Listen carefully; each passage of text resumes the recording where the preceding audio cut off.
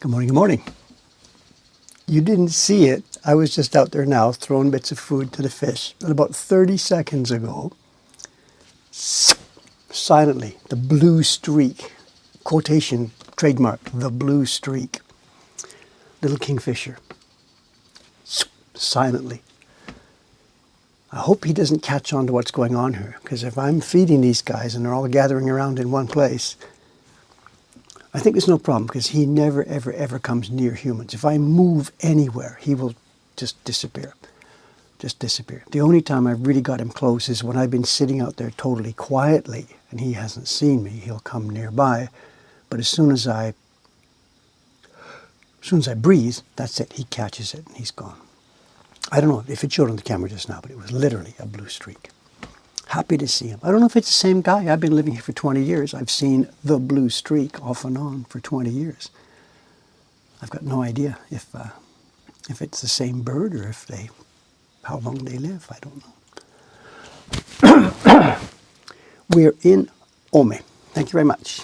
And hopefully for me, I just want to relax. The last week, the last 10 days, the last few days has been a bunch of stuff. So for me, I want to relax. I have a little bit of nominal work to do. I have a few prints to sign, which I will sit here and sign. Mostly, I want to just sit here and we can talk about paper making. I have video. I have video and more video and video and more video and more video and more video. Ask if the paper's out. It's not out. Ishikawa-san must have come at 6:30 this morning. I forgot yesterday to send her an email saying that I'll be in Ome tomorrow. So she would have showed up there at 6:30 to find her paper in the freezer. She's not super upset. She knows. I mean, she's used to this now, that I am at the end of the week, I'm out in Ome. I try and be polite and let her know so she knows what to expect. But last night I forgot. So things are what they are. Okay. It's 8 o'clock. We've got a few things. We've got a few topics to talk about. I got a few prints to sign. We'll look at some video. We have a book corner. We have a book corner. Whatever. We'll talk about when we get there. It'll be interesting for you, and it will also be, in one level, hugely disappointing for you. Because once you see what's happening, you will all say the same thing. But whatever. Let's talk about it when we get there.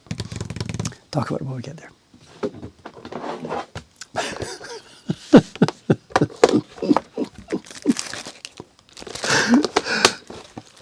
It's not fair, is it, to tease people? I'm sorry. I don't know. I don't know. Whatever. We're just doing stuff. Okay, let's move over to the next camera mode where you can see the fish. Food. Okay, you know what we've been doing? We've been feeding them that leftover cup noodle type of stuff. It wasn't cup noodle in a cup. It was, I told you, it was what they call chicken ramen.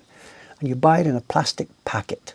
It's pre-cooked in a factory and then dried and molded into a little brick shape, a little flat brick shape. It comes in a plastic packet with a little sauce thing and a little flavor thing. And this goes back way back. This goes back, I don't know, 1950s or 1960s. It's one of the first packaged fast foods created anywhere. It's still a thing here in Japan. You go in the supermarket, you can buy what's called chicken ramen. And the package hasn't changed, nothing's changed. Probably compared to the newer type of fast foods, it's not so cool, it's not so tasty, it's a bit more difficult to make, but it's still a thing. Anyway, that's what was in the cupboard upstairs. And that's what I've been feeding these fish for the past few weeks here. It almost ran out, not quite ran out. I've been freezing it. I've been throwing it in the freezer each time, bringing it on in the morning. And it almost ran out. And what I've brought today is from 7-Eleven, I've got a pasta salad. And it's for my lunch today. I'll be eating most of it for lunch today. And it's sort of a ramen type, spaghetti ramen combination type noodle at the bottom of the cup, along with some greens and some chopped cabbage and whatever, and then a sauce, like a Thousand Island sauce that goes on top.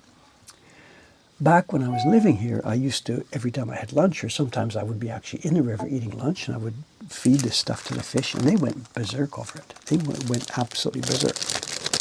So when the ramen stuff died or so a couple of weeks ago, I thought, let's replace it with what the fish used to really like.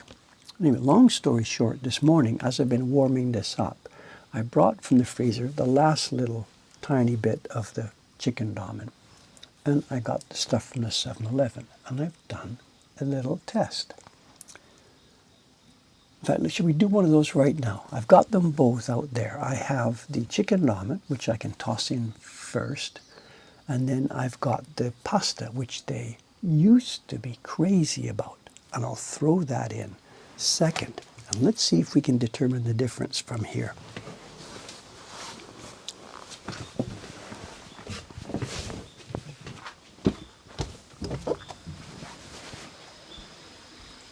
Let's do this first. First will be the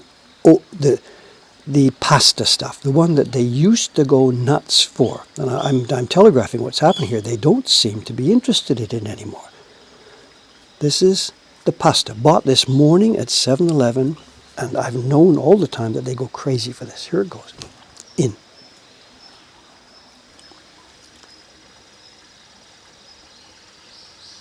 Okay, and now some of the last leftover scraps of this frozen chicken ramen that I've been feeding them for a while. In it goes.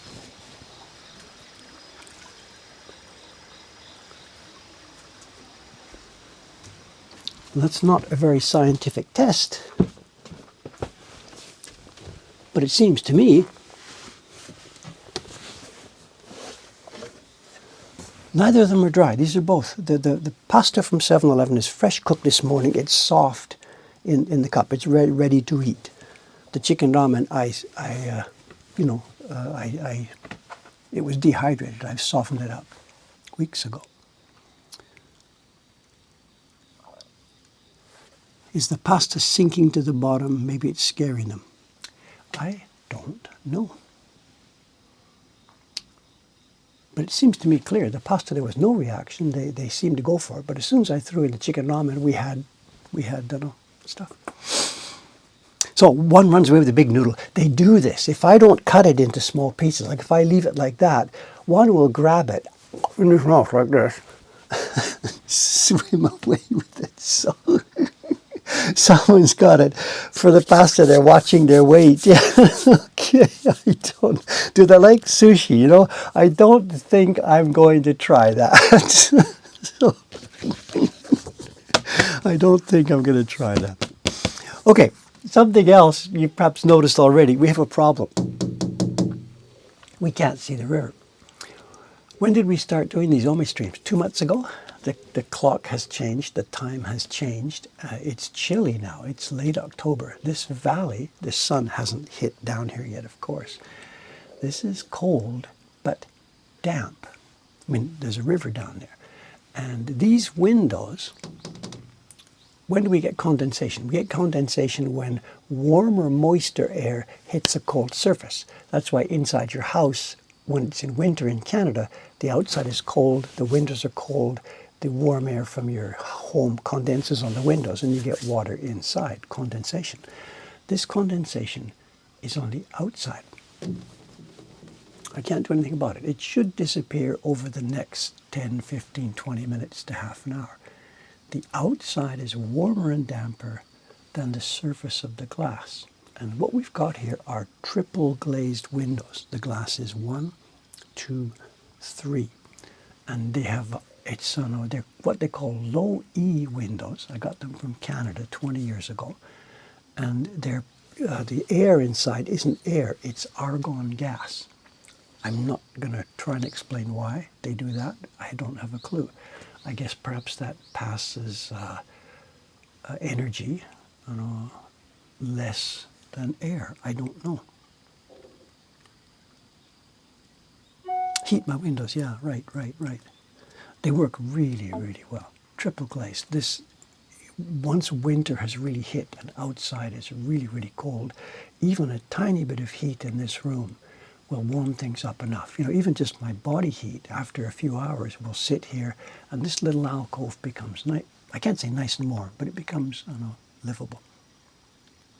Argon doesn't conduct heat as well as regular air. Well, there you go. That must be why it's there. But they're also called low E, as in LOW hyphen with a lowercase e.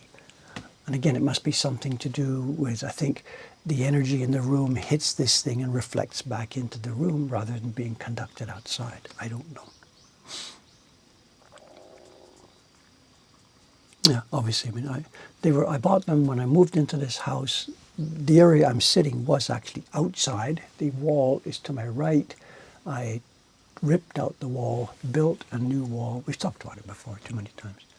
And I imported the windows from Canada. Triple glazed, argon filled, low E, and they've been wonderful, wonderful.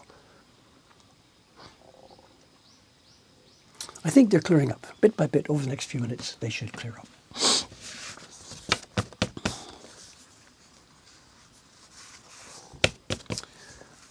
And they weren't even expensive, you know. I was shocked by the price. I had gone to Japanese window makers for quotes. This is in 2000, 2001. And they just blew me out of the water, so I got on the net. There was a company in Canada called Thermotech Windows. I Googled them just before this stream to see if I could get some information, and they are gone. They're long gone. They were in rural Ontario. I remember the price for the four. There's behind me. They go up way more higher. You see, two of them. This is a casement window. It opens. This one top to bottom. Another one top to bottom, and another one casement window. So it's like this. It's 1, 2, 3, 4 massive heavy windows, triple glazed. To have them all made, glass, packed, crated, shipped to Yokohama, cost me 1,400 Canadian dollars in 2001. Just free, you know, just it was free. It cost me more to get them from Yokohama to here than it cost to buy them and get them shipped to Yokohama. And that's no exaggeration. The import duty, the freight charges to do the container unpacking, the truck from Yokohama to here, a special truck, getting them off the truck, the charge was just about exactly the same as buying the things and shipping them to Yokohama. It was crazy, absolutely crazy. One of the best things I've ever done in my life, you know. Wrestling them down the stairs and getting them installed, that was a story, but whatever. There's pictures on the old website. And these are heavy. Man, these are heavy. They're not aluminum, they're fiberglass. They're all made of fiberglass strips put together. Screens, you name it. Fabulous, fabulous.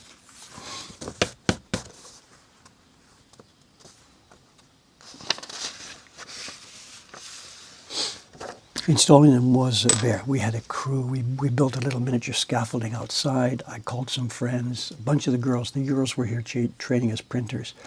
We got them installed, but wow, it was a job. It was a job.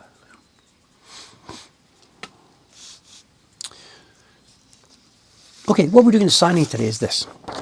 Some of you might recognize these prints. This is, where is it? This is my Solitude series. I think I have a link ready here. Just a sec.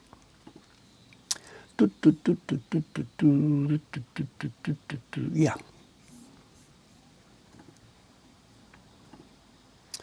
I made this back in 2007, and what I'm going to do right now, Ishigami-san has given me a note. She says, in the bottom left corner, date it December 2007, and sign it in the bottom right corner. Done. Because what I did, I made these prints back in 2007, back in December 2007, but I made them in stacks, a couple of hundred each, and whatever, I signed the ones that went out, and the other ones just went onto the shelf. So now, as they're going out, these are going out to subscribers. People are subscribing to this series, and I sign each one and date each one as it goes out. So once a month, she does the shipping on this once a month. Once a month, she comes to me with this deck. And I feel a bit strange. It's a fake date. Today is not December 2007. Today is October of 2024. So am I doing something wrong? I don't think so. This is just when they were made. So this is what we do. How many sets are left? You'd have to ask Naomi-san. I don't have any idea. I don't know. I'm sorry. I don't have anything to do with that job. I made the prints. I put them in the shelves. And now the Mokuhankan staff handles subscriptions.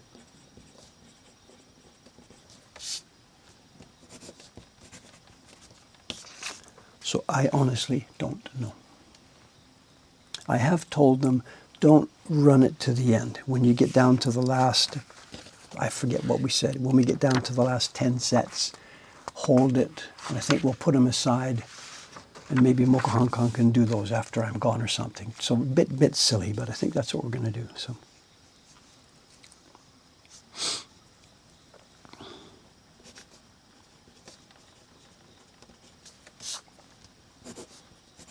Okay, news. There's news from Asakusa. Not my shop. Another shop in Asakusa, not too far from us, has closed. Asakusa's only airline has shut down. And actually, I guess maybe it shut down perhaps about a year ago, and I didn't notice. First Airlines. It's an airline, and it was based in Asakusa, and they are now history. They've gone off to that great airport in the sky. They had two locations. They had a location in Asakusa and one in Ikebukuro. And I've got a link for you. I couldn't find a link to the Asakusa, but I've got a link to their homepage, which is still on the net, and it features their Ikebukuro shop. But it was the same. The Asakusa one and the Ikebukuro one were the same. And here's it is. Firstairlines.jp. I'm not making this up. Firstairlines.jp. I never did this myself. I passed it a few times, saw the nose of the airplane in the window. You walk down the street in Asakusa, there's a big show window. You look inside and you can see there's a 747 inside. It's kind of an illusion, but there was an airplane inside. You walk past. So the first day I saw it, I went home and looked it up. And yeah, what you do is you go in the door, you pay your fee. The front of the airplane is visible there, not the rest of it, but the front of the airplane is visible. You pay your fee to the girl, and she's in sort of a cabin attendant's thing, and she gives you a boarding pass, and you go into the airplane. This is all past tense. This is no longer possible. Whatever, read the website. It was a restaurant. It was a French restaurant serving whatever they thought was French food. And they thought, to make it really cool, was this. They built an airplane cabin inside this restaurant with a nose poking out to the street. Customers make their reservations, come in, get their boarding pass, go in, and they're sitting now, of course, in a first-class cabin in a 747. And there's sound effects. Take off, and you're on your way to Paris, where you get served in the first-class cabin a gorgeous French meal. I'm not making this up. John's got it. Buy a ticket and come on in and eat airline food. Their deal was it was supposed to be super first-class, deluxe, whatever food. You know, the aprons and the cabin attendants came down, and it was all like 1986, you know, pushing a trolley down and serving you wine and whatever. I never did it, but it was a thing. And they also, you get, I guess, it's something like this. You have your aperitif, you have a bit of wine, you have your appetizers, and then the girl comes down and you have a VR headset, and you sit there for a while and you immerse yourself in Paris or something. I don't know the details. You can see it all on the web page there. And then you take the headset off, she brings you the main course and whatever. I think it lasted about 2 hours, 2.5 hours, and you had your trip to Paris and sitting from a seat in an airplane in Asakusa. Booking is open on their website. Don't do it. They're gone. They're gone. That airplane is gone. So, well, actually, maybe the Asakusa one is closed. If they're still open in Ikebukuro, that I don't know.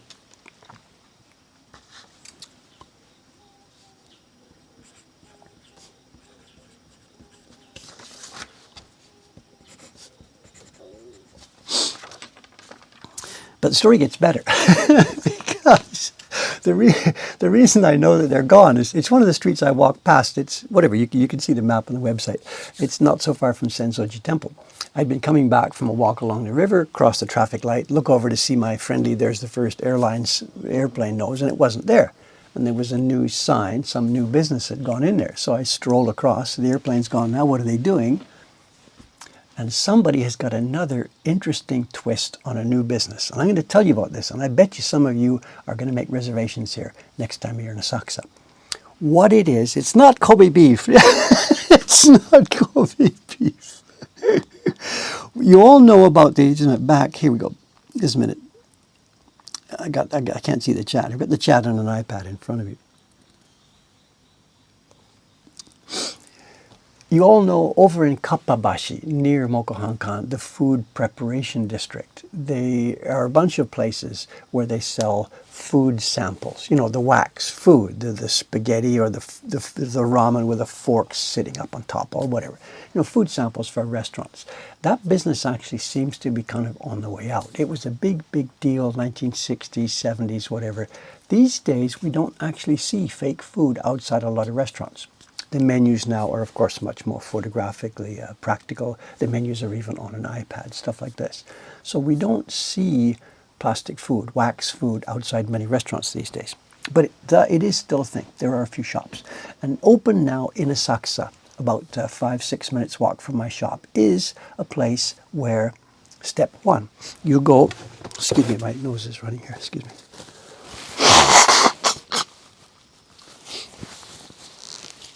You choose from the plastic food menu. Maybe you're going to do spaghetti, whatever. And together with the craftsmen that are there, they've prepared a table for you. They bring all the wax, and you make your own dish, wax food dish, plastic food dish. So it might be spaghetti, whatever. I saw on their menu, what else have they got? They've got omelets or something like this.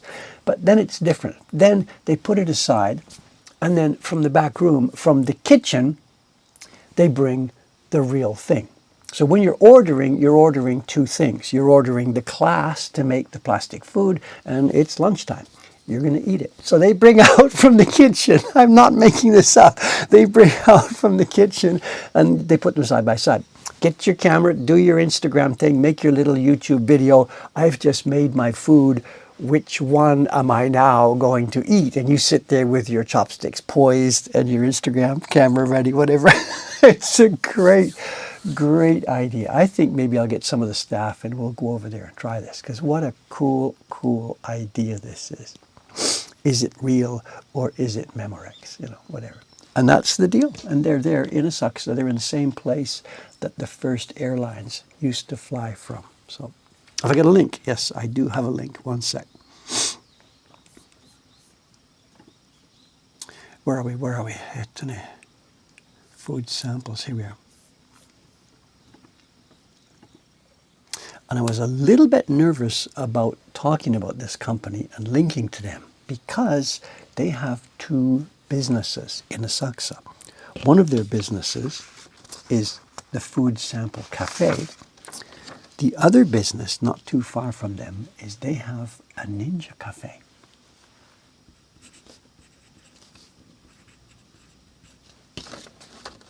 In direct competition with the ninja people across the street from me.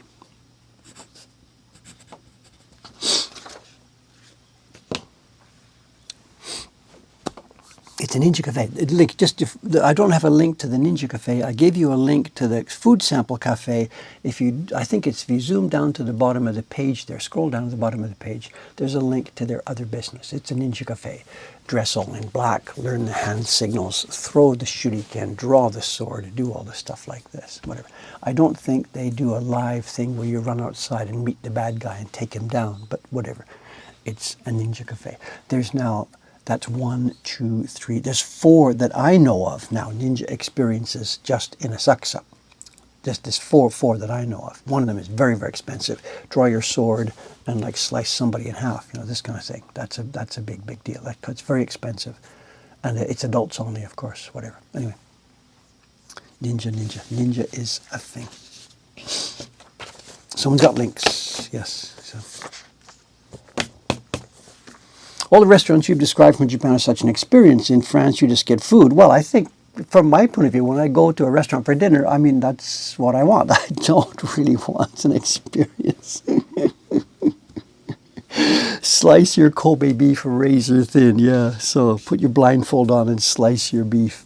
Well, the Kobe beef restaurant next to us, if you look at the front of it, they have a ninja upstairs. They were going to do this. Their plan was for the staff to wear ninja uniforms. And as I told you, we heard from one of the staff members that they rebelled and said, no way are we going to do this. Let me feed the fish for a sec. 1 sec. I'm talking a bit too much and not feeding enough fish. And we've got to watch some video.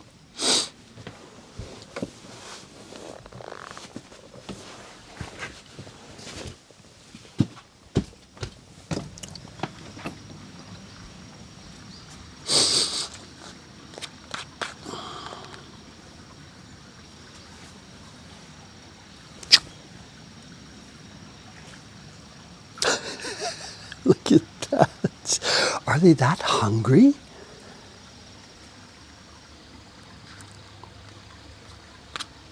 I mean, this is where they live. There should be a normal environment, plenty of food for them. They don't need me. Am I doing a dangerous thing coming into winter by giving them enough food to like increase their population and keep them alive, but not enough to, they're all going to starve to death in the winter? I don't know. I don't know.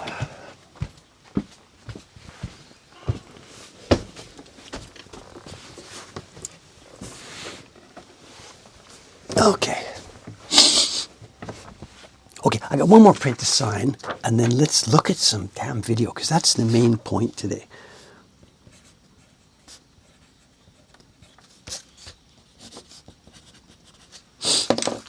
The video and the book corner.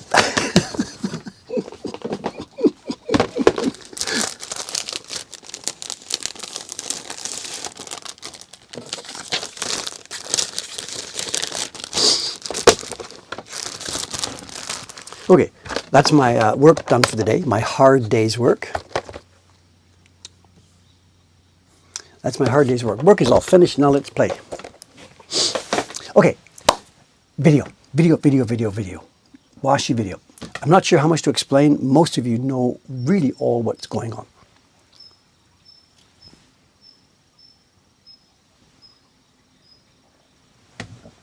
That's the king. Oh, the damn window. I don't have a hose. I can't. There's no water here. That's the king. Man, if he dived down onto the view of our camera, that would be something else. The kingfisher. There's a local kingfisher that lives on this piece of stream. Okay, paper. We did a YouTube video last month talking about our paper problems. We're getting good paper, but we don't have a good supply of good paper for the future. We are trying to establish another stream, another way, another workshop that can help provide paper for us. I don't want to tell the whole washi story again here. You've seen the video. Maybe you saw the update the other day in our email. Long story short, last week I went out to Echizen City. I went out on Friday night, and all day Saturday I spent the day with Naho Murata, the young lady out there who is currently working for one of the tourist papermaking places there. She has previously worked part-time for actual paper workshops. She's done different jobs out there, building her skill set. She has the idea that she wants to have an independent workshop. Mokuhankan would like to have another workshop out there that makes paper that we can use. These two streams don't exactly overlap, but they come close. So we are working with Murata-san to try and support her project of starting her own workshop, and in return, among the different kinds of paper she will make, she will try her best to make paper useful for our needs, Mokuhankan. Long story short, she has now been given the use of an old workshop that has been abandoned for, I've heard the story twice. Somebody said 8 years, somebody else said 10 years. They looked at each other and said, no, it's 8, no, it's 10. I don't know. There's a workshop that has not been used for 8 to 10 years out there. She went in there, she's been cleaning it up bit by bit the last few weeks. And on Saturday, the first cook, she boiled in alkali the first batch of kozo, mulberry fiber, for the next batch of paper. The paper itself won't be finished until November because this lady can only work now and then a couple of days a week. The fiber during the process will be refrigerated so that it doesn't go moldy while this is happening. So I've got now a bunch of video to show you taken last Saturday in Fukui Prefecture in this new workshop. It's, of course, going to be part of an upcoming YouTube video, but who cares, whatever. It's not top secret. Let's just look at some of it now. Now, I have a small problem in that I took this video and got it ready, and I'm going to tell you about it, but I forgot to bring my headphones today. My headphones are in Asakusa, so I can't monitor the sound. So I'll watch it.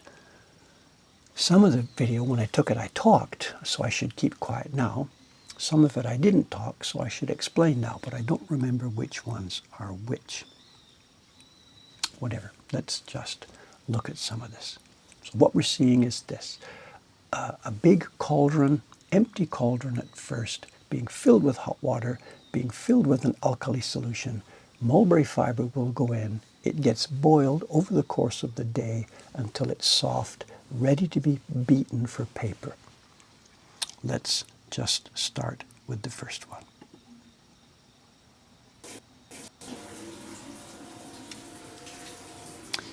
It's Murata-san at the back, and the gentleman with her is Umeda-san, the owner of that workshop.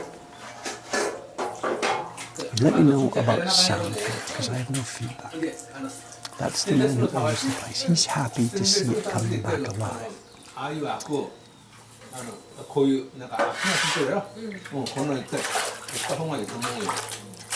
I'll pause it for a second there, because what we're seeing is this. It's a huge, deep cauldron. There is no outlet. There's no way for the water to go out. Look at what's happening here. There's a pipe coming in from the left, going down to a ring at the bottom. This is the steam outlet from the boiler. Water doesn't come in that ring. Steam comes in that ring. He's going to fill it with water from the tap. You see the green pipe. They're going to fill it with water first, after it's all cleaning. At the moment, they're cleaning it. And then once it's ready to go, they turn on the steam. And steam coming out of that ring turns the water to a boil. And as the fiber sits in there, the water is boiled by the steam coming through.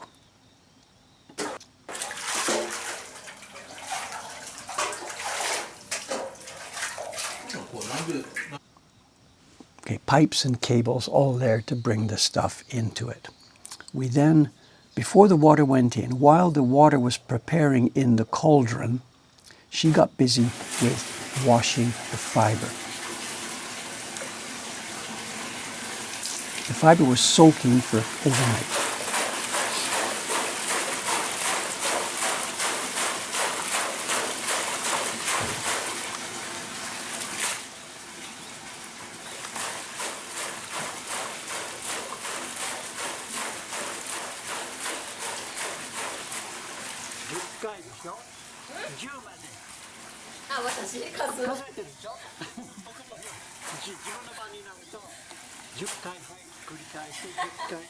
This is fiber from Mokuhankan's stock.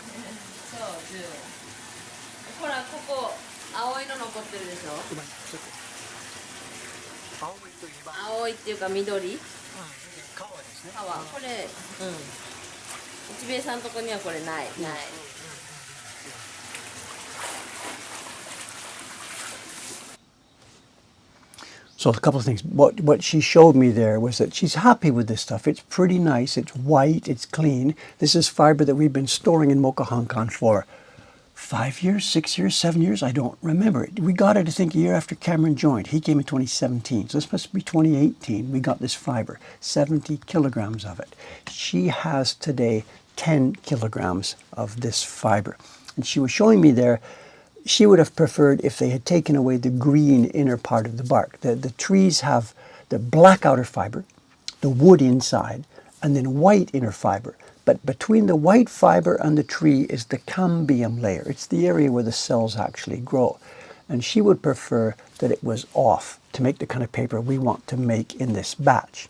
The paper made at Udatsu, which we'll talk about later, the paper we're going to be selling at Mokuhankan next week, is made with the green fiber left inside it. So it has a bit more of a natural tone. Once the boil is ready, once the alkali is in, once all the fiber has been washed of as much dirt and dust as it possibly can, it's been soaked up, it's now ready for its first bath, in it goes. That's the batch. That's 10 kilograms of dry fiber.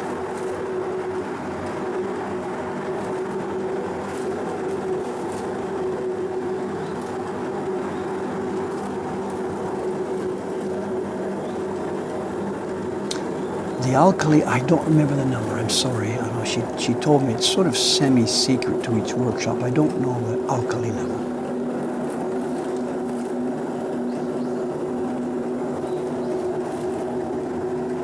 This is now 9 o'clock in the morning. We made notes about this, about how long it was going to take.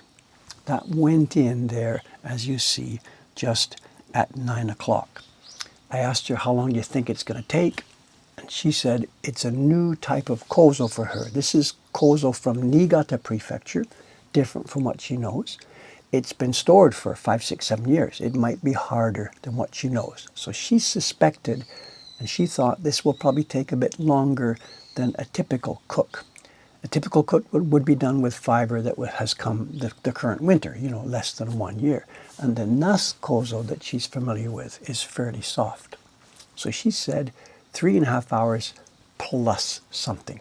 Let's see how long it takes, is what she said. And she checked and checked and checked every 30 minutes or so. This is at the beginning. She just finished putting it in. The cauldron is capable of doing up to 40 kilograms of fiber at a time. We've got only 1/4 of its capacity. The lid there actually is old and it's cracked. And her husband, who is helping her fix up their house, she pointed it to me then and she said her husband is making her a new cover. So next time we see one of these videos, there should be a shiny, new, beautifully made wooden cover for that tub. So someone's talking about this low alkali and long boil. I know I got to be careful what I try and explain, because at this point all I know about this is what I've read in books and what people have told me. I don't have any personal experience here. In the older days, the alkali came from natural lye, natural wood ash. You filtered hot water through ash from wood or soba husks, stuff like this. And that was a natural alkali. In the old days, people used to make soap and stuff like that. But the alkali level was low.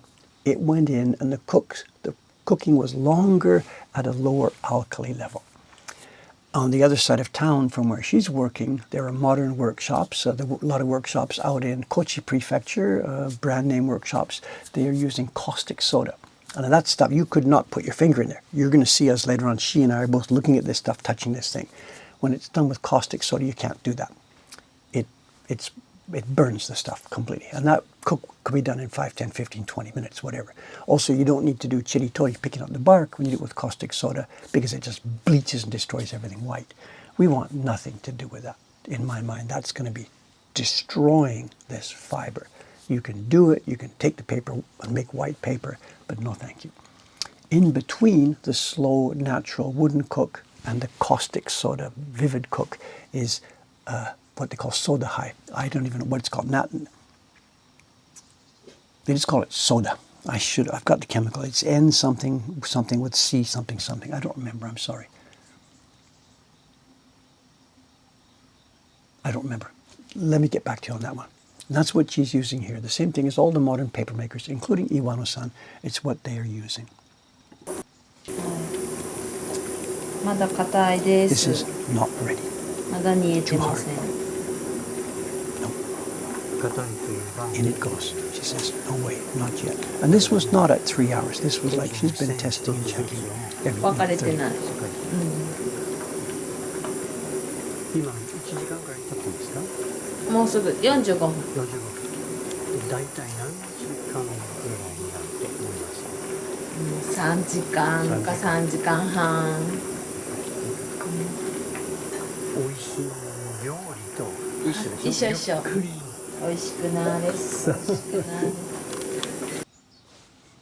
I don't have my headphones. I don't remember what the conversation was. She was explaining something to me there. I don't remember. Do we have a translator? I can't hear. I didn't hear what she was talking about. The point being, every 30, 40 minutes or whatever, we went in there, she took off the cover, she scooped a bit out. It was really hot. She tried to pull it apart. What she was doing was just simply, she knows what it looks like when it's ready, that it pulls apart softly. If you leave it in too long, it just dissolves and you've lost your strength of all your fiber. There's a spot. It's whatever. It's like cooking. Yeah, and she said oishii, so 3 to 5 hours, whatever. With doing the cooking in stages, and I don't know, I'm sorry, you're asking me technical questions. I do not know. I've seen this. This is the second time I've seen this cooking. I've read about it. I really can't answer technical questions. I'm sorry. And yeah, I remember she said something, oishiku naru kana, this is going to become tasty. Okay, while this was happening then, she and I had a lot of other things to do. This is outside the workshop. That's a storage room. There she is. That's the entrance. In the middle is where the paper making happens. And at the right-hand side, we are inside this little add-on shack. And you can see steam. And she was really, really proud of this. The first time this workshop for 8, 9, 10 years, steam is coming out of that room. And all the neighbors would have seen this. Oh my God, they're back up and running.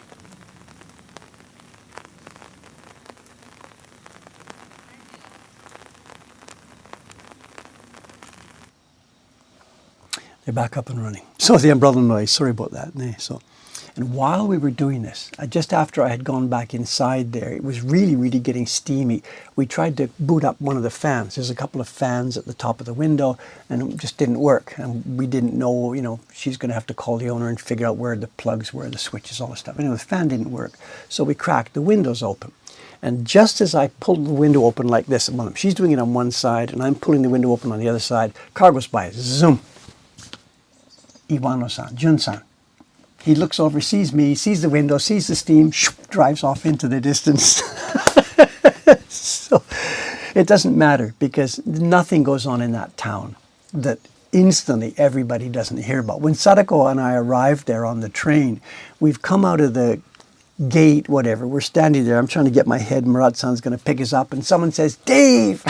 Whatever. You can't move in that town without the telegraph happening. So everybody knows what's going on. We're not trying to do this in a clandestine manner. It's open, it's clear. She has the support of everybody in that community. They're just such a booster for her. I'm irrelevant. I'm off on the side. The fact that this young lady, after 27, 28 years of working in that village at different workshops, they all know the story. She's still young, she's in her 40s, she's young to go, and the whole town is rooting for her to get this thing up and running.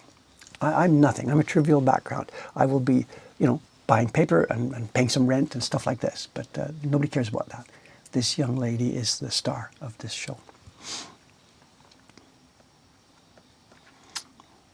Okay, so while the cooking was happening, she and I got to work.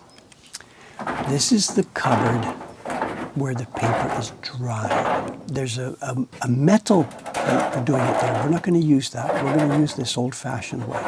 These are ginkgo tree boards.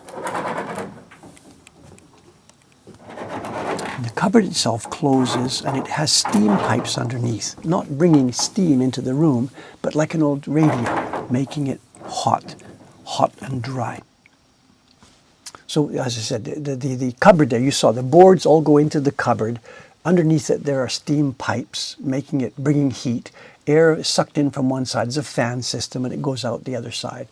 And the paper dries there. And you slide the boards out, put the sheets on. You'll see this all happening when we get to it. But as we were inspecting it, as she was inspecting it, I'm just her. I was just an extra pair of hands for her. I'll show you. When she pulled one out, the boards are filthy. There's been no airflow through that cupboard for 8 to 10 years. They were covered, and I'm not exaggerating.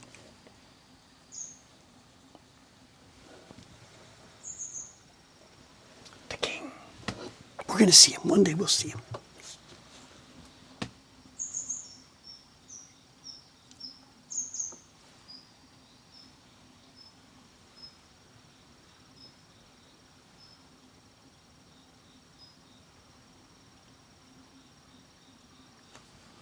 Anyway, the boards.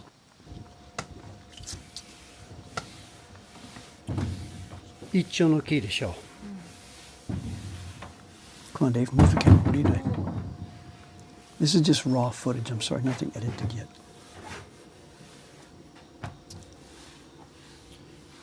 Oh, no, I know what it is. Just a minute. Just a second. Let me pause that.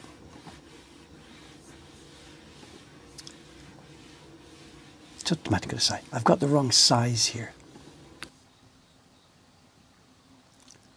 Just a minute.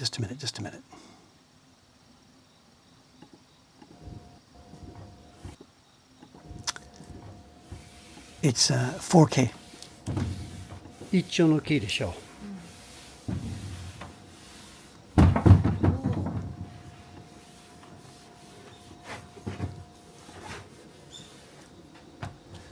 The white mold everywhere on this board. Everywhere, white mold. So this was our first attempt. Just wipe down, see what we can do. But it was pretty clear that even though we could wipe off the mold, there's no way that was going to be safe to put our paper on. So what to do, what to do, what to do. So what she did was she got on the phone, and I learned something else about this village. I had known this in theory. In the old days, when it was a super flourishing paper-making village, there were subcontractors for everything. Very few workshops did everything by themselves. And there's a guy in the village, his job is taking care of the boards for drying. That was his job. If they need planing, they called him. If it's maintenance, they call him. If they need a new nail at the end, they call him. So he's still there. She called him. He's about my age. He came in, he said, no, you can't do it like that. Here's what you do. And he showed us, flush them with water. Let me see if I can jump ahead. Where is it? Here. He showed us this.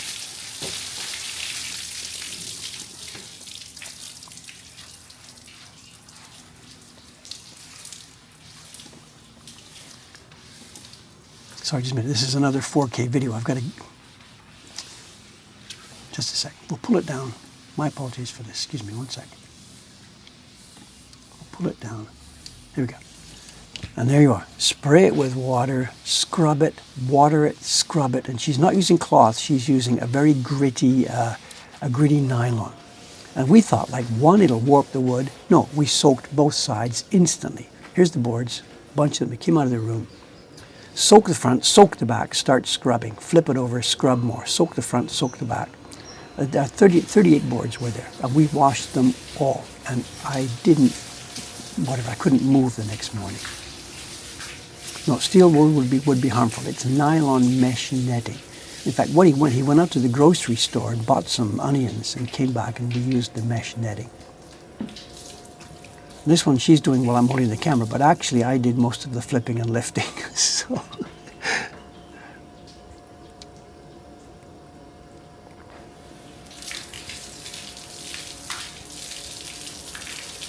And so much water all day long. We threw water all around that room. Yeah, come on, I didn't stand there watching her wash. I took video of one and I did the other 37. So,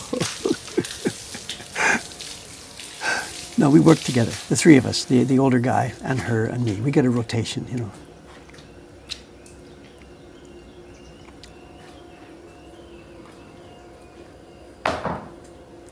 We're still not 100% sure. We're going to have the room. You know, what I want to do next is take the boards out of the room again, and I want to clean the room.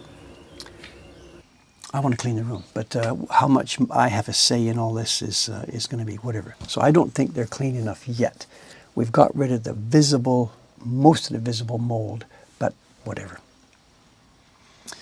Okay, let's move along. We got lots to do today. My God, we're running out of time. Let's move along. This is also going to be another one to show. I got to pull it down just a sec. Just one moment. This was the one where she found it's ready. And now we see a different approach. Look, she's going to pull it apart. And there it is. It pulls up into this mesh. Look at that. See it? This crisscross mesh. That's what she hadn't seen in the earlier version. Hot. That's ready to go.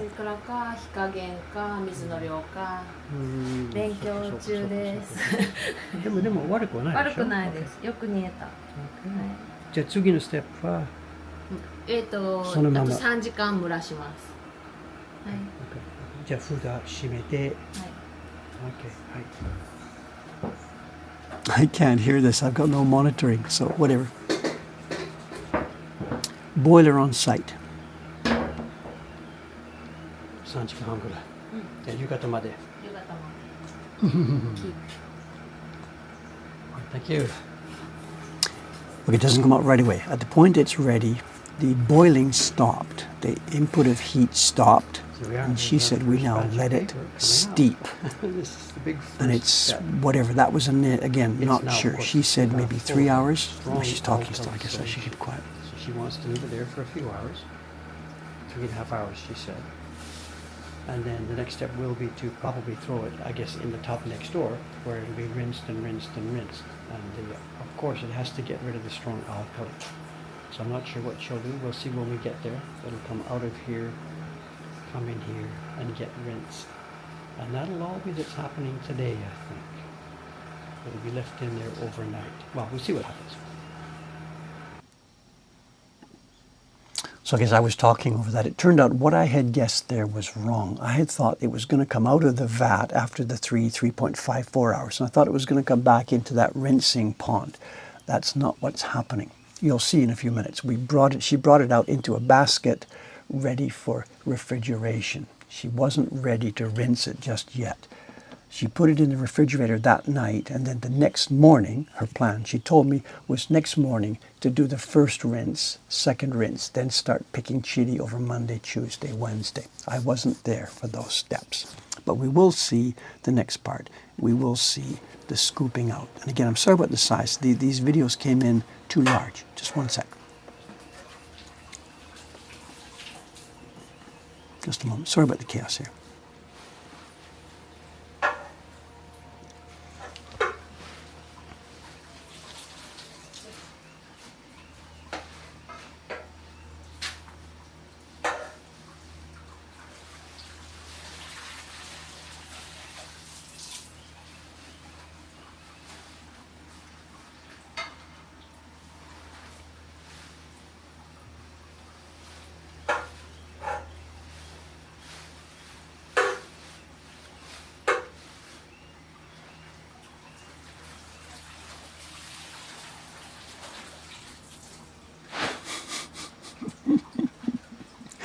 And obviously the analogy to food, I mean, my God.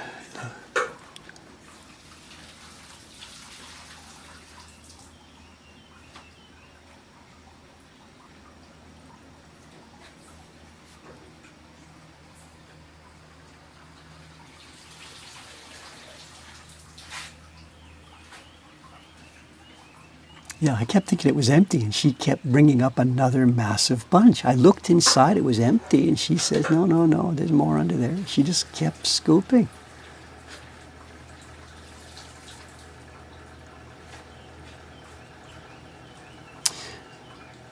How many sheets will this make? I still don't know. And actually, she wasn't sure herself. We will see.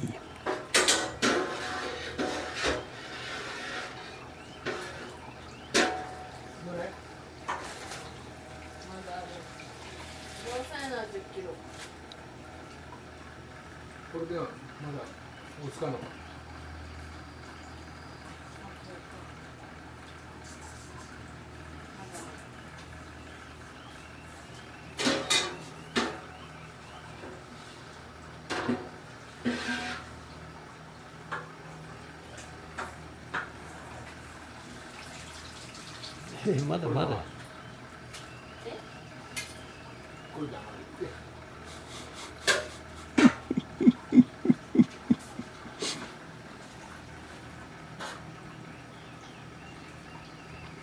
No, they don't leave solution in, it'll drain. And this is funny too. Look at that, there's so much keeps coming out of there. There's no drain at the bottom of this cauldron. That water is going to be scooped out, and see, but by her foot there, at the bottom of the cauldron, there's a channel in the floor.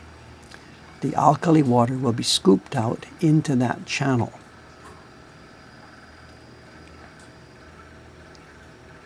And it goes straight into the stream, and straight into the river, and straight into the sea.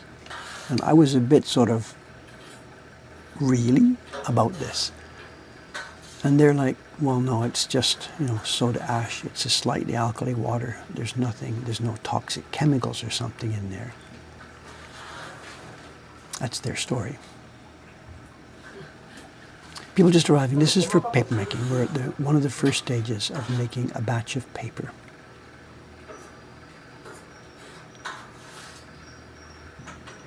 It started with 10.2 kilograms of mulberry fiber weighed dry. 10.2 kilograms of dry fiber. It weighs at this moment a whole lot more than that. And we will not get 10 kilograms of finished dry paper out of it because there will be loss along the way.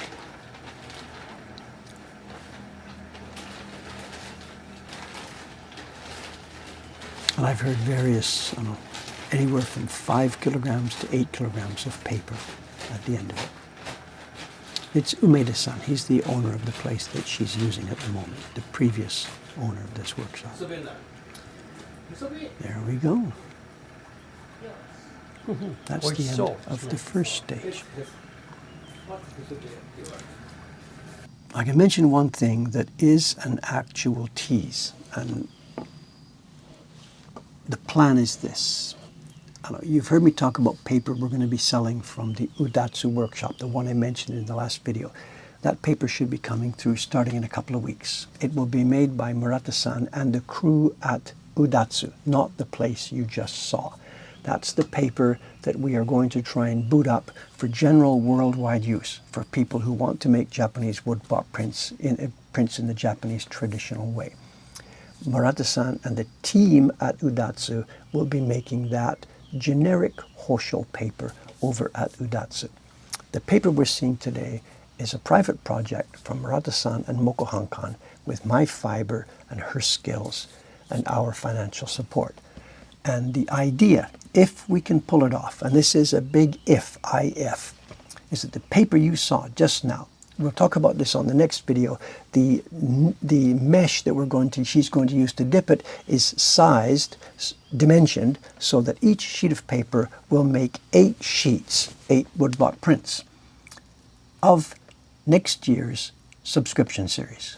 The batch that you just saw, the goal, if we can make it happen, is the paper you just saw being cooked will be the January issue of next year's subscription series. That's the plan. Can we make it happen? No idea.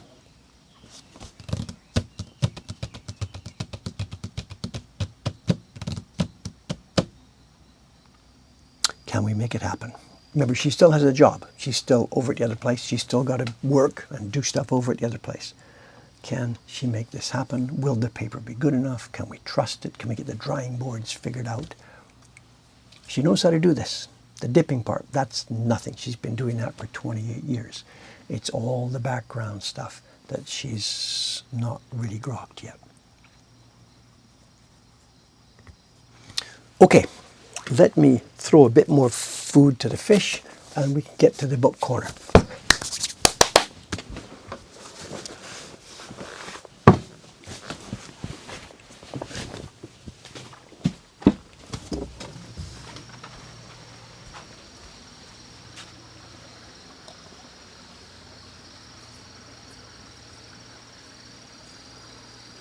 So now that we've learned they don't really like the 7-Eleven stuff and they prefer chicken ramen, this is ramen. What am I going to do? Because it's all gone. So maybe I'll go to the grocery store and buy another package of that stuff they really, really like.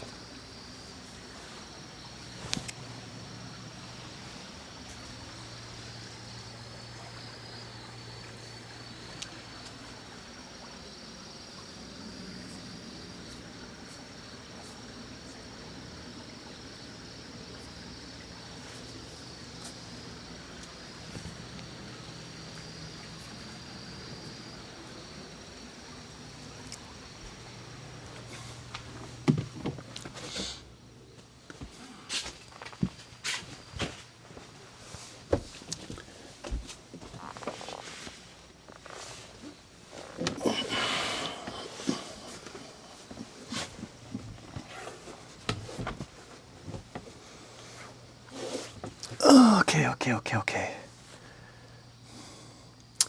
The chat here on the iPad it doesn't reload, you know. I have to keep reloading it manually.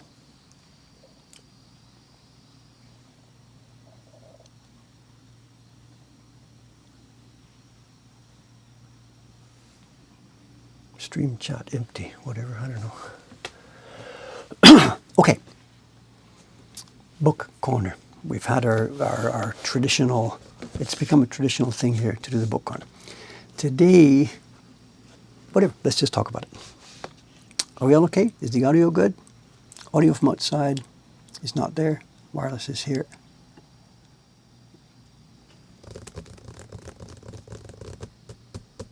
I hate views of ramen. Okay. Okay. Here's today's book. Oop, you can't see it. Money, light.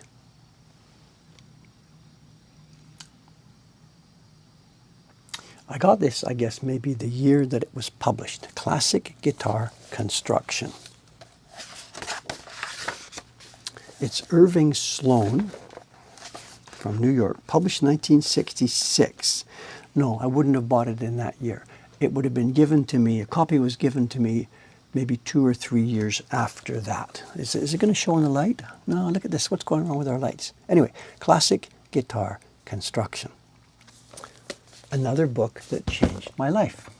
Went to university, best of intentions. I'm going to be the best flute playing star in the world. Didn't happen. Came back, tail between my legs, dropped out of university. I didn't even finish the first year. We don't need to go into all that story, whatever. My dad and my mom, who had financed this, they were working class people from the north of England. Their kids were going to go to places they could never go. They had to leave school when they were 12 or 13. So Dave gets the boost to university. They know I'm a smart guy. I'm a super smart guy. I go to university. I drop out in the first year. And this was a huge, huge blow to my parents. I know my dad, basically, he didn't speak to me for like the next couple of years, whatever. I was still at home, still living at home. But what's going to go on? I still was playing flute. I still wanted to play flute, but really nothing was happening. I was sort of just digging around, playing at home and practicing. No way to make a living at this. I was, how old was I? 18, 19. Yeah, living at home, parents not happy about this, and nothing to do. At the time, my dad had a little music shop in Delta, Canada. It's the area south of Vancouver. He had a little music shop because he himself was trying to sort of retire from nightclubs and studio musicians. He was trying to turn himself into a day job kind of person. And in the building that he had rented for his music shop, there was empty rooms upstairs. Somebody had given me this book. A friend of one of my schoolmates had given me this book. And somehow, for some reason, and I don't remember how it actually got started, I decided I'm going to try and make a guitar like it's shown in this book. The specific method this guy has is he first, you build a guitar on his method. You build all your tools and jigs, and then you use those tools and jigs to put pieces of wood into a certain shape and make a guitar. Later on, in preparation for this stream today, I Googled up and looked around the net, and it turns out that this book, published in the late 60s, was an earth-shaking book in the field. Nobody had put down on paper before how classic guitars were made. And there are now, as we speak right now, hundreds of guitar makers all over the world who could tell you the same thing. One day in 1996, I got this book and it changed my life. And literally, this was the first, it started a massive business in making guitars by yourself. And I was just one of hundreds and hundreds and hundreds of people who followed this book. Upstairs in my dad's workshop, I got some tools ready, followed the instructions somewhat, and I made a guitar. It turned out okay. It wasn't great. Some of the things in the book I had not followed carefully. When it said you've got to plane the wood to this thinness, I thought, no way, that can't be that thin. The thing will break up. So I left it a bit too thick, stuff like this. So the guitar I made is a little bit heavier than normal, but whatever, it worked. There was a music shop downstairs. My dad had a little local music shop. He was doing stuff, teaching, whatever. He had a couple of people teaching guitar for him, stuff like that. So the environment there, guitar players were coming in and coming out, and musicians were coming in and coming out. Dave has this guitar. He takes it downstairs showing people. And I got an order for another one. So I built it. This is 1970, I guess now. This is 1970. I'm 90 years old, 19 years old. I get an order for a guitar. I forget the price, $200 or something like this. And I go to the local printing company next door and I order some labels to put inside this guitar, and it says David Bull, Luthier, Delta BC, and there's the date and whatever. And I made this second guitar, put the label inside it, sold it to the guy, and before it was even ready, I had orders for 2 more. Dave at this point wants to be a flute player. I want to do flute playing. I want to get going and play flute. And here I am. I now have orders for 2 more guitars. Number 3, I don't remember the man's name. I made it, sent it out to him. Number 4, I do remember the name, and I can tell you the guy called Ray Moga. Ray Moga, M-O-G-A. And he was a buddy of my dad's who played in the studios downtown. They're big band jazz for CBC studios, nightclubs, whatever. He was a working guitarist downtown, and he ordered from me a cutaway classic. So you've got the classic guitar, and one side is cutaway, so he could go higher up the neck and play higher notes. I'd never heard of such a thing, but whatever. You do what you got to do. I made him a cutaway classic guitar, which he is still using. He's now, my God, I'm 73. He must be 79, 80 something, whatever. And he's still apparently got my guitar. And I've chatted with him about this. Ray, put it in your will. I want this thing. Whatever. I don't know. So whatever. So that thing, I delivered this guy to him and it started working. And I'm now kind of in chaos. Am I going to be a guitar maker? Am I a flute player? I still really wanted to play flute. I'm hanging out in my parents' place, still in my old high school bedroom. I get started on number 5. It was on spec. It wasn't for an order. I just get started making number 5. But the stress with my dad was growing and growing and growing. I had the tooling there. How does the story quite go? I was working on guitar number 5, and also there must have been, near the music shop, in an empty area near the music shop, somebody had built a new motel, a low-rise hotel for traffic, whatever. It was going to have 20, 30 rooms, whatever. The guy knew us. He'd been hanging around the shop, whatever. He'd come in and talk to us, and he had asked me, can you make some furniture stuff for our motel? You know, I was tooled up. I had tools there to do wooden stuff. And I remember how it started. I had made a present for my parents, a mirror, a framed wooden mirror for my parents. This guy had seen this. He said, okay, if you can do this, I need 6 months from now when the motel goes open, if you can make me 24 of those mirrors, here, how about this price, whatever, blah, blah, blah, blah, blah, blah. So here's Dave. What am I going to do? Am I going to make furniture? Am I going to make guitars? I want to be a flute player. What's going to happen? And I've got the story a little bit out of order here, because just before the motel guy came to put me that order, my dad had finally had enough. This kid, whatever, just, get out, get going. What do you want to do? And I guess I had still said, I'm going to be a flute player. I'm going to be a flute player. He says, well, you're not doing dick all here. London, England, that's where it all happens. And they got on the phone to a travel agency, and they bought a one-way ticket to England for me, and that was it. You're out. Here's the ticket. It's next Tuesday. Pack your stuff. Time to get going. And my dad, I can't say, if I say it that way, my dad threw me out of the house. That sounds terrible, because there was nothing evil, there was nothing bad. This had all been boiling slowly. This was the thing to do. This boy wanted to play flute. Out he goes over this. So it wasn't harsh, it wasn't evil, it was just the natural evolution of stuff. I needed a kick in the butt, and I got a little kick in the butt. Nothing evil about it. I wasn't thrown onto the street. He gave me a phone number. Here, it's England number, blah, blah, blah, blah. The name of one of his buddies from England, his band buddies there. If you get in trouble, call this guy.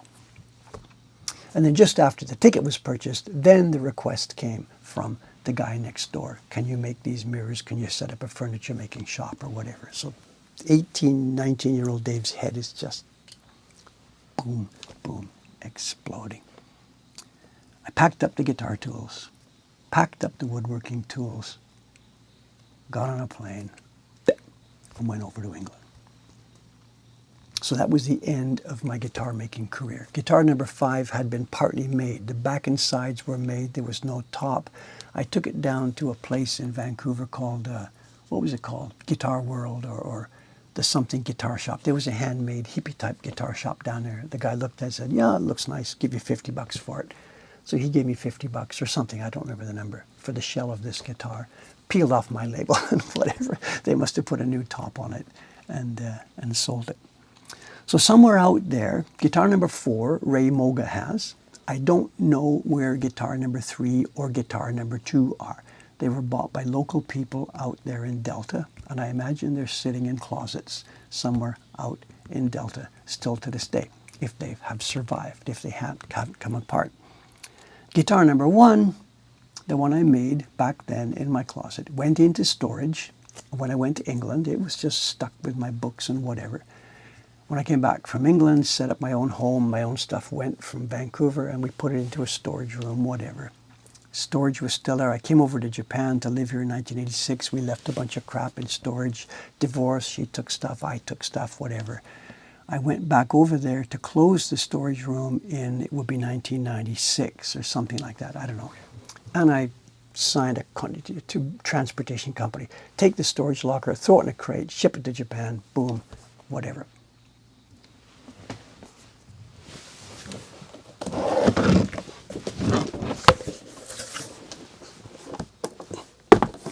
She's here. My first guitar from whatever it is.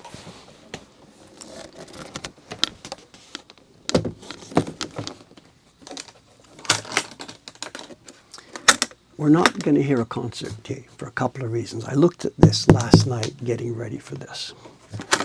She's okay. She has survived. But it's been sitting in storage for 40... When did I pack up all the stuff in the storage room? I made this in 1971 or something. Played it for a couple of years. Went to England, came back. What is it now? It's 50 years. This thing hasn't been played in 50 years.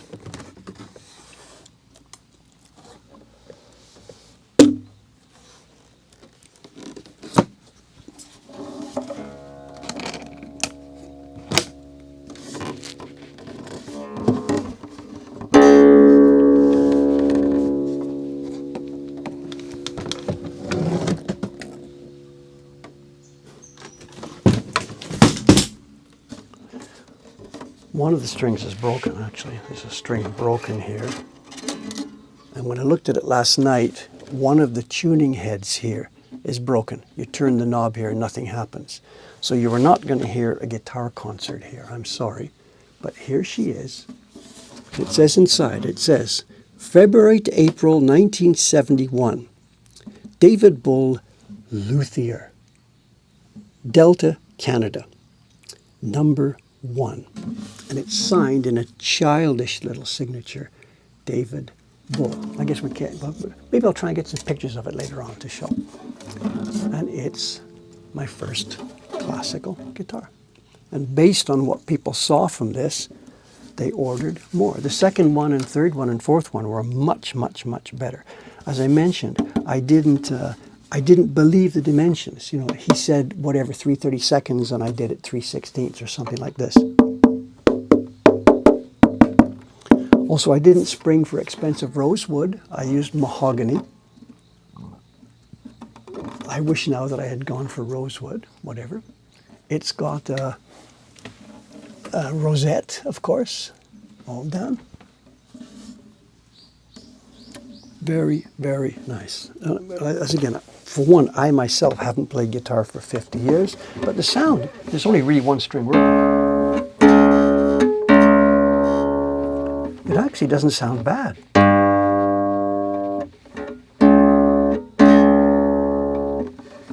What's the top like?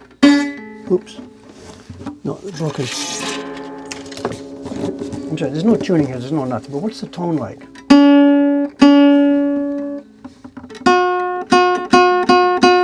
It's thin on the top. I think the top, the wood is just too thin. Nice resonance at the bottom. I'll string it up. Not right this morning. I'll string it up. But then the next problem is you're talking to a guy who hasn't played this thing now for, I'm 73, 50 years. It's 50 years since I've played this damn thing.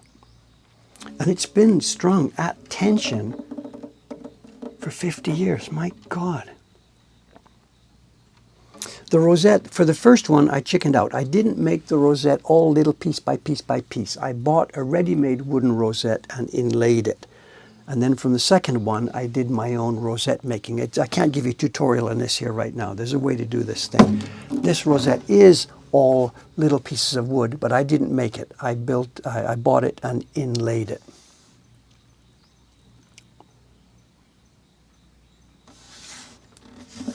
But, you know, my life, you know, how much to turn around and go back and should I practice guitar and play you a concert next week? I'm busy, you know, and there's stuff behind you and you try and keep the back stuff, and I've got boxes of books upstairs. I get guitar music. I used to practice the Villalobos etudes on this thing. There's no way I'm ever going to do that again. How much to look back and how much to put it behind you and go forward, you know.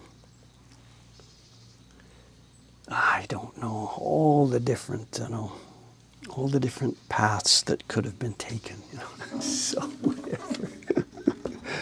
But man, it's cool to have this, you know. But the one I would really like to see is number 4, the Cutaway Classic. This part here, this is cutaway. So it came up to a point here and then went down and around. So the person's fingers could go here and play the high notes.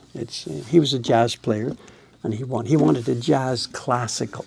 So the two things, we had done it as a cutaway, and I think, if I remember correctly, we had taken the fingerboard width and I had narrowed it down. Usually metal string guitars have a narrower fingerboard here than the classic guitars, and he wanted it narrower, but there's a limit to how much you can do that with nylon strings. So we narrowed it, did a cutaway, and he was happy with it. And like I said, he's still, as far as I heard, he's buddies with my sister. My sister in Vancouver knows him.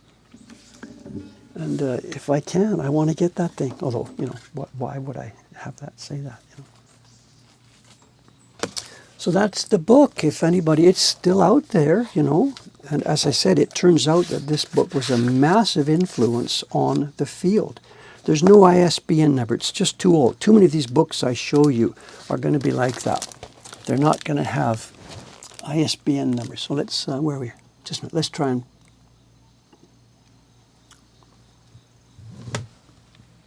is that enough information? Library of Congress catalog card number. And the book itself is Classic Guitar Construction by Irving Sloan. A book that changed not just my life, but a whole bunch of other lives. You know, apparently this was one of the massive, massive things that introduced all kinds of people to guitar making. And I think if you just randomly talk to any contemporary guitar maker of my generation, it turns out that's where they learned to make this, you know. Well, whatever. We're not here to sell books, whatever. We're just here to show books that that were influential to me, whatever. And whatever. Next week. Next week. Somebody's got it. There is an ISBN number now for it. Whatever. There is an ISBN number. Okay, I think that's enough. There's other stuff to chat about. We've got a list. No. Oh, okay. Yeah, one thing to mention before we sign off, because I need the help of somebody to do something here. Completely change the topic. Totally, completely change the topic. Over on our website, we have a page where we have some information on Asakusa. And on that page, we have a food map. And the reason I'm asking for help is this. On the page here, the index to our Asakusa shop page, scrolling down, there's a food map that I published about 6 months ago. And wow, people have been using this. We get people coming in the shop, they've got it folded. Where do I get to this place? How do I get to this place? Some of the restaurants have told me it's actually happening. People are going there based on what they read on the food map. But I didn't realize by publishing that food map that I was getting into the travel guide business. I really hadn't thought through what would happen. We just put the map down. Here's some restaurants Dave likes. That was last March or April. 3 of the places are done. 2 of them have closed, and 1 has changed their menu so much that I don't really want to be recommending them anymore, because I myself can't go there and eat there anymore.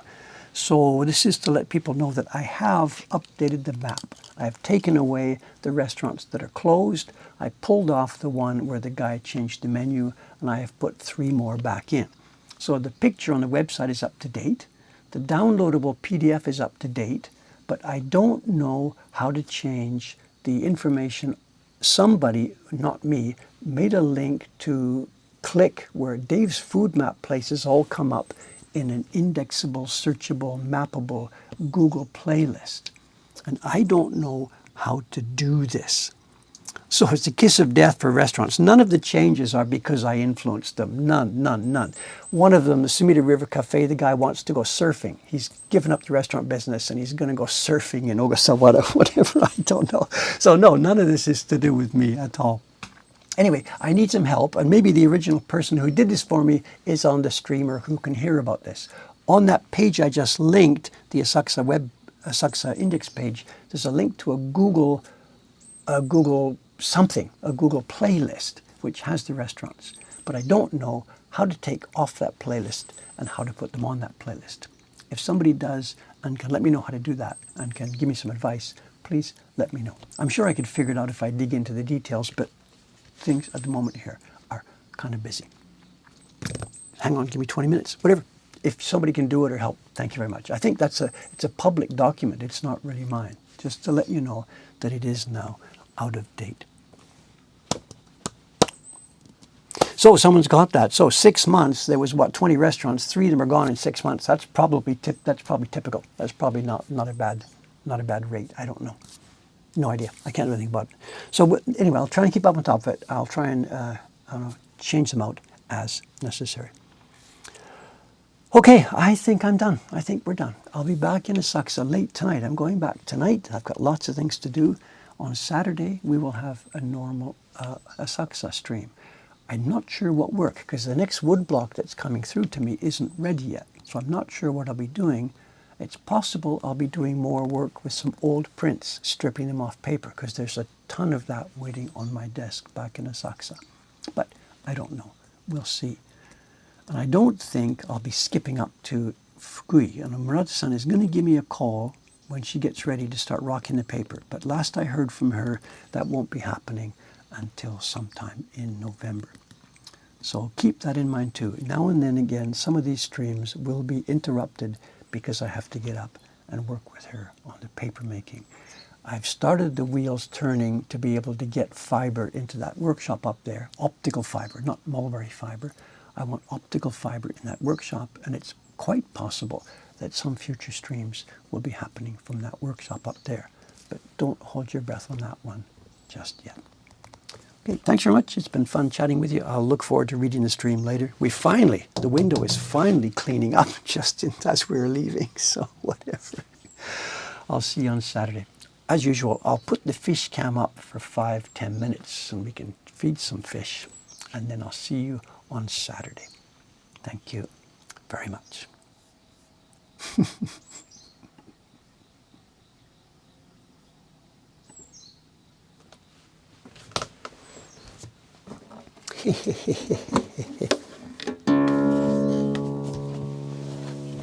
Sounds flat. Oops. That's right, David. Drop it. After 50 years, open it up and drop it.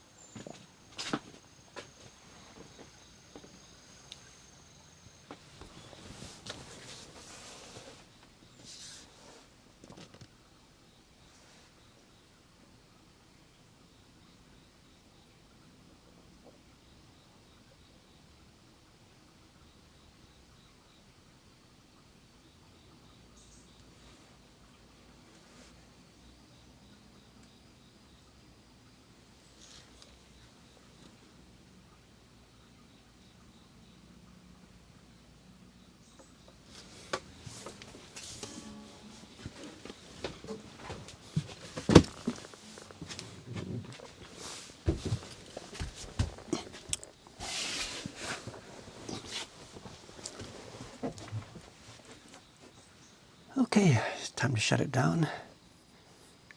Oh, Sensei Margin is there. Soka. Just should we send over? It's up to you. Should we go? I'd like to see what he's doing. Okay, let's do it. Let's do it. Let's do it. How do we do it? Raid. Sensei underbar margin. Okay. Thanks, gang. See you around. See you next Saturday. Thanks very much for hanging out to chat. See you soon.